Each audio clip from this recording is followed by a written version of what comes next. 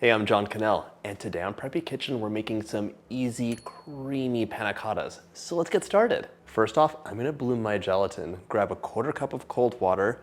We're gonna transfer this to a small bowl. To the water, we're gonna add 1/4 ounce packet of unflavored gelatin. This is to help thicken our panna cotta. If you wanted to go the traditional route, you could use a broth made of fish bones. The gelatin's easier, I think. Sprinkle that evenly over the top, and now we're gonna set that aside. That gelatin will hydrate and look quite different when we come back to it. Now in a medium pot, we're gonna assemble the ingredients for our panna cotta, which translates to cooked cream. This is a chilled dish that is just so creamy and perfectly sweet, and it's a lovely vehicle for other flavors, but we'll talk about that later. Into that pot, we're gonna add 1/2 cup or 100 grams of granulated sugar, 1 cup of whole milk. This is a vanilla panna cotta, so you will grab 1 beautiful vanilla bean or 2 teaspoons of vanilla extract. These are annoying to keep on hand, but if you have one, you might as well use it now. It'll have those lovely little flecks throughout and a beautiful flavor. Split your bean down the middle. Open it up. And once opened, you can scrape those lovely seeds out. That is pure flavor. So add the seeds and the pod into the milk mixture. Time to take our pot and place it over medium-low heat. Grab a spatula or a wooden spoon because you will be stirring.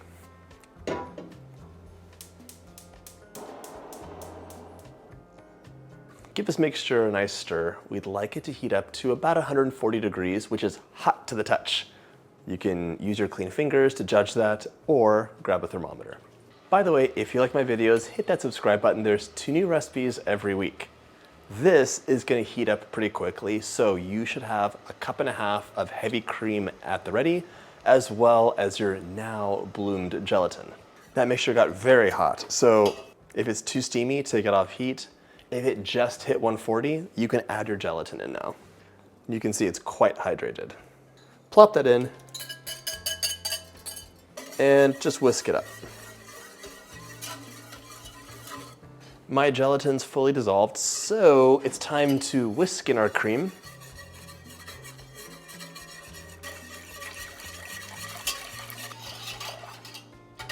Remove this from heat if you haven't already, and now we can strain this because that seed pod has some fibrous parts which are not silky and lovely. So time to strain this.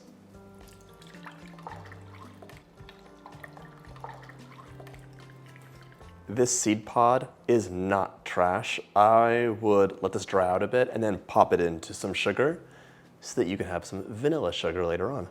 And as you can see, my strainer caught a lot of schmutz that I don't love. I have a similar recipe in one of my cookbooks, and when we shot the cookbook, we had these beautiful little mini coupes, which I love. So elegant and dainty. You can choose any container you'd like. You could have 6 6-ounce ramekins. You could have some beautiful little cordial glasses. It's up to you. Divide your mixture evenly amongst your containers. Love the way those look.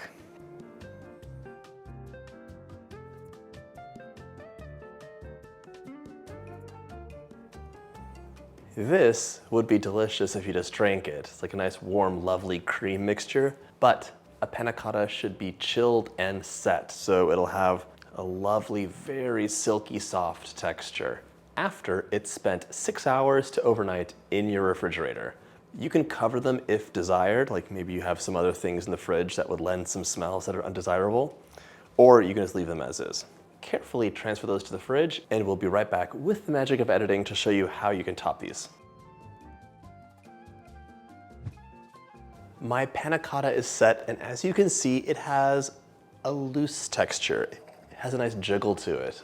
It's not gonna be super firm.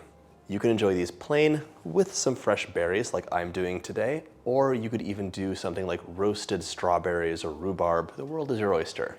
I like the brightness of fruits. And just like that, your panna cotta is ready to enjoy.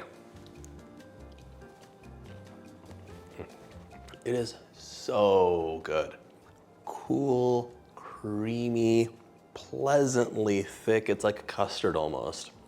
I hope you get a chance to make this recipe, and if you like my videos, hit that subscribe button and check out my dessert playlist.